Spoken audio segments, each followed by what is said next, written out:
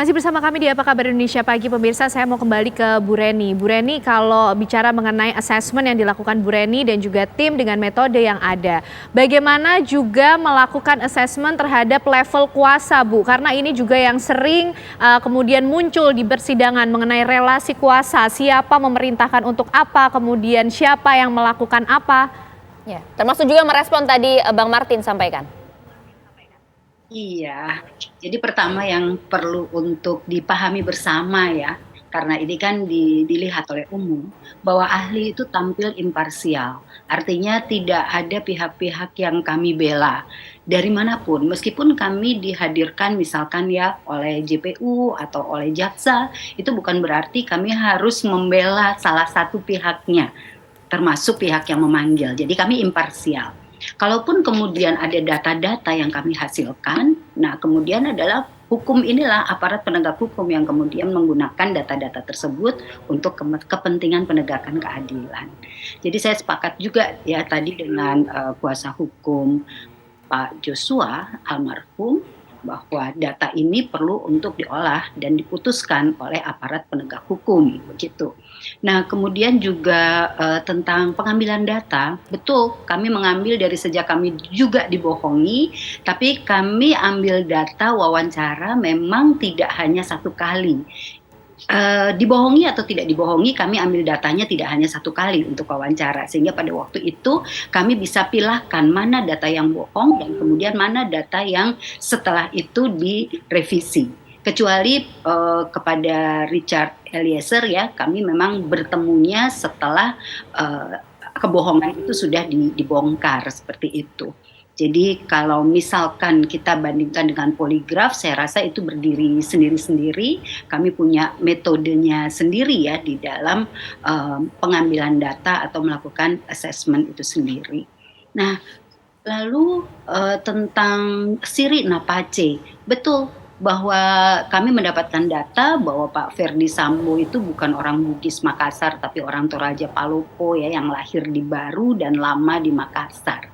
Yang kami maksudkan kalau kemarin itu dicermati sebetulnya persepsi ya. Jadi karena lama di Makassar budaya Siri Napace itu juga diadopsi oleh Pak Ferdi Sambo dalam versi persepsinya Pak Ferdi Sambo, sehingga inilah yang kemudian mempengaruhi perilakunya gitu. Jadi tidak dalam kapasitas membahas Siri Napace-nya, tapi persepsi dari Pak Ferdi Sambo ini, penghayatannya terhadap secara subjektif ya terhadap Siri Napace itu.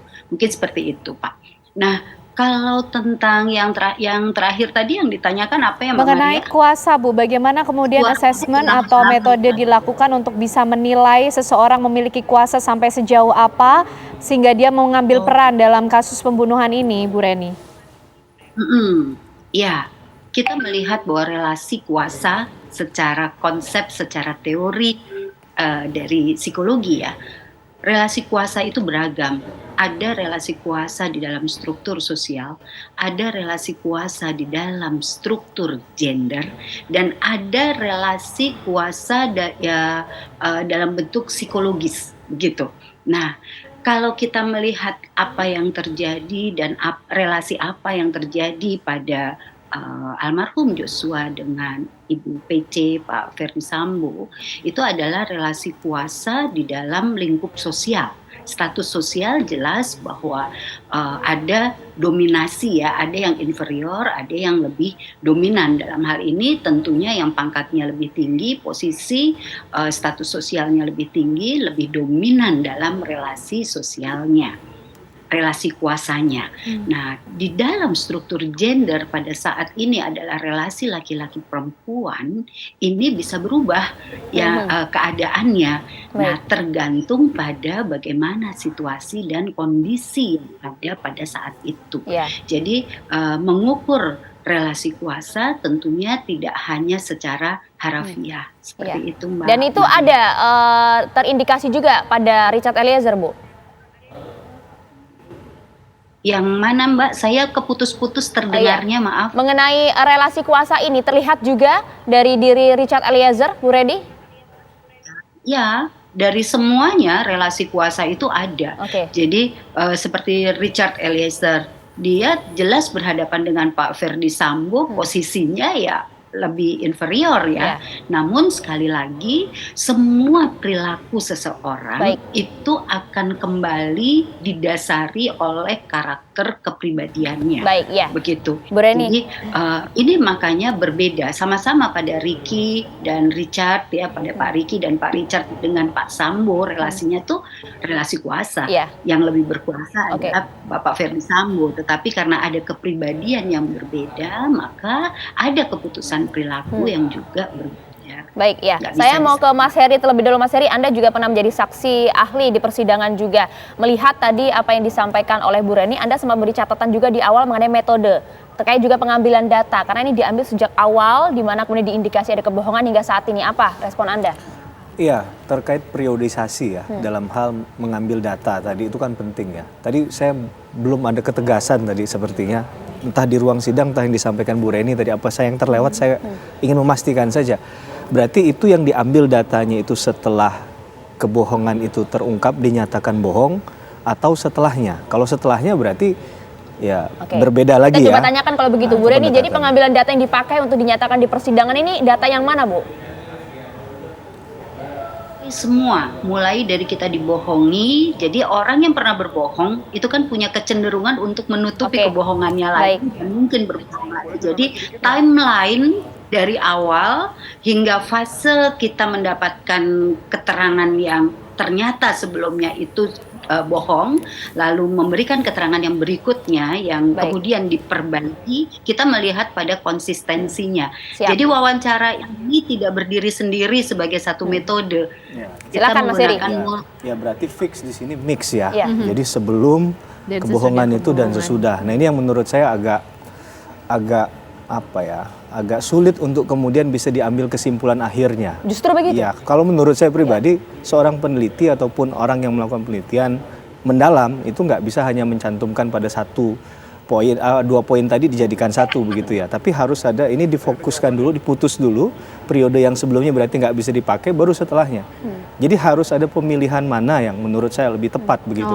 Kalau dikombinasikan, menurut saya agak rancu dia dalam hal penilaian, tapi kita hargailah apapun yang disampaikan di persidangan itu kan sesuatu yang menurut ahli itu menurutnya benar. Karena data bohong itu kemudian. Tapi data tadi yang perlu untuk kita pastikan itu yang pertama. Yang kedua, kalau kita bicara orang hukum, ini kan Ibu Reni orang psikologi forensik ya. Kalau kita orang hukum lebih pada menilai ketika melakukan wawancara dalam konteks apapun kita bertanya di persidangan pun kita akan melihat variabel. Pengalaman, pengetahuan seseorang akan hukum kita ukur di situ. Sehingga ketika ada seorang terdakwa yang punya pengalaman, katakanlah pendidikannya tinggi, lingkungan sosialnya baik, pertanyaan kita juga kita sesuaikan dengan hal itu. Sehingga kalau tadi dibilang kredibelnya gara-gara hal itu, saya rasa pengalaman, pengetahuan seseorang itu berpengaruh pada kredibilitas hasil dari jawabannya dia. Karena dia pasti menggunakan kata-kata yang baik, tidak, mohon maaf, tidak akan bisa disamakan dengan orang yang tidak mengenyam pendidikan lebih tinggi ataupun pernah menduduki satu jabatan publik yang tinggi. Nah, jadi apalagi kalau misalnya orang itu sudah biasa begitu melakukan proses penyidikan, bertemu dengan orang-orang yang bermasalah secara hukum. Nah, jadi yang kita khawatirkan ini adalah kalau tadi indikatornya tidak diperjelas dengan hal tersebut, hasil akhirnya ini yang kemudian tadi akhirnya menjadi pertanyaan publik kan. Kalau masalah tadi posisinya mau dikatakan membela A, membela B, kita jadi ahli memang dari awal harus netral. Ya, jadi mungkin ada benar yang disampaikan, nggak boleh memihak A, B. Tapi dalam konteks kita di persidangan juga kita harus menyampaikan kan penekanan yang sebenarnya tadi kan, bahwa ini poin dari keterangan ahli ini didasarkan pada A atau B, karena yang diberikan adalah pendapat. Pendapat hukum dalam konteks kalau kita jadi ahli hukum pidana atau pendapat psikologi forensik ini kan sesuatu yang tadi sekali lagi tidak mengikat oleh hakim ya. Kalau dibuat menurut hakim ini tidak ada hal yang membuat terang benderang dalam perkara ini ya bisa saja diabaikan. Tapi dalam konteks misalnya hakim menilai bahwa hal ini bisa dipertimbangkan. Cuman catatan hakim kemarin pertanyaannya jelas. Data ini diambil dari mana? Itu. Dan tadi sudah clear ya, itu kekhawatirannya, tapi semua kembali ke majelis hakim. Terakhir, Bang Martin, saya ingin dengar respon Anda tapi singkat, jelas, padat. Silahkan, Bang Martin. Ya. Sedikit saja Bang. Kita masih perlu ingat ya bahwa kasus PC berbohong itu naik sidik di Polda Metro Jaya. Tadi terima kasih Bu Redi mengakui bahwa semenjak menangani PC itu semenjak di Polda. Nah, kita perlu ingat nih, ahli itu biasanya menghadirkan adalah kalau tidak dari pelapor, yaitu dari kepolisian. Nah, Wadir Krimum sudah kena PTDH, namanya Jerry Remon Siagian. Ya, kalau kita kaitkan dengan siapa yang mengundang ahli dalam hal ini Bu Retno atau Bu Reni, ya tinggal nanti masyarakat yang menilai apakah keahlian dari Bu Reni dalam hal ini subjektif memihak korban dalam hal laporan di Polda dan diteruskan dalam pada saat dia menjadi terdakwa atau tidak. Namun yang saya mau garis bawahi adalah tadi generalisasi ya mengenai kebiasaan yang berlaku di dalam suku Bugis Makassar, padahal latar belakangnya tidak pas dengan yang diperiksa. Ini ke depan harus menjadi perhatian yang penting, Bu. Ibu kan ahli psikologi. Bagaimana Ibu bisa membuat satu kesimpulan kalau Ibu tidak tahu latar belakang dari orang yang Ibu periksa? Nah, dan yang terakhir, ya. Tadi saya sampaikan bahwa kalaulah penasihat hukum dari terdakwa menerima ya mengenai pemerkosaan ataupun klaim pemerkosaan, berarti juga mereka harus menerima hasil asesmen yang lain yang mengatakan bahwa Verdi Sambo ya dalam keadaan terjepit bisa saja melakukan perencanaan untuk melakukan kejahatan dan juga membuat keputusan harus secara bersama-sama dengan terdakwa yang lain. Demikian, terima kasih. Ya, Bu Reni silahkan tanggapannya sedikit saja Bu, singkat saja mengenai apa yang sudah dikerjakan Bu Reni dan teman-teman. Ya, yang pasti kami sangat berhati-hati dengan adanya 12 orang di dalam tim ya. Dan kemudian subjektivitas itu sudah kami hindari, kurangi sedemikian rupa melalui hal tersebut. Nah, tentang Sirina Pace sekali lagi yang kami ukur adalah persepsi dari orang yang memahami secara subjektif menghayati Sirina Pace. Jadi bukan pada Sirina Pace-nya, itu sudah dijelaskan di dalam BAP, dan keberpihakan tidak ada pada satupun ya. Jadi kami betul-betul keberpihakannya adalah kepada apa data yang kami dapatkan yang kemudian kami analisis. Tentang kebohongan, betul bahwa ada timeline. Jadi kami menjelaskan bahwa ada sebuah timeline, namun tentunya yang kita analisis adalah bukan data yang sudah jelas-jelas dinyatakan bohong. Dan yang kita lakukan pemeriksaannya bukan lagi kasus yang di SP3, tetapi kasus yang setelah SP3. Jadi demikian. Oke, baik. Terima kasih banyak semua Bu Reni. pihak berhak menghadirkan siapa saja di persidangan sebagai bukti yang menguatkan atau meringankan atau mungkin seperti Tapi apa. semuanya ada di ranah majelis hakim. Ya. Terima kasih Mas Heri, terima kasih Bu Reni dan juga Bang Martin sudah bergabung pagi hari ini di Apa Kabar Indonesia Pagi. Sehat selalu semuanya. Sehat untuk Anda semuanya.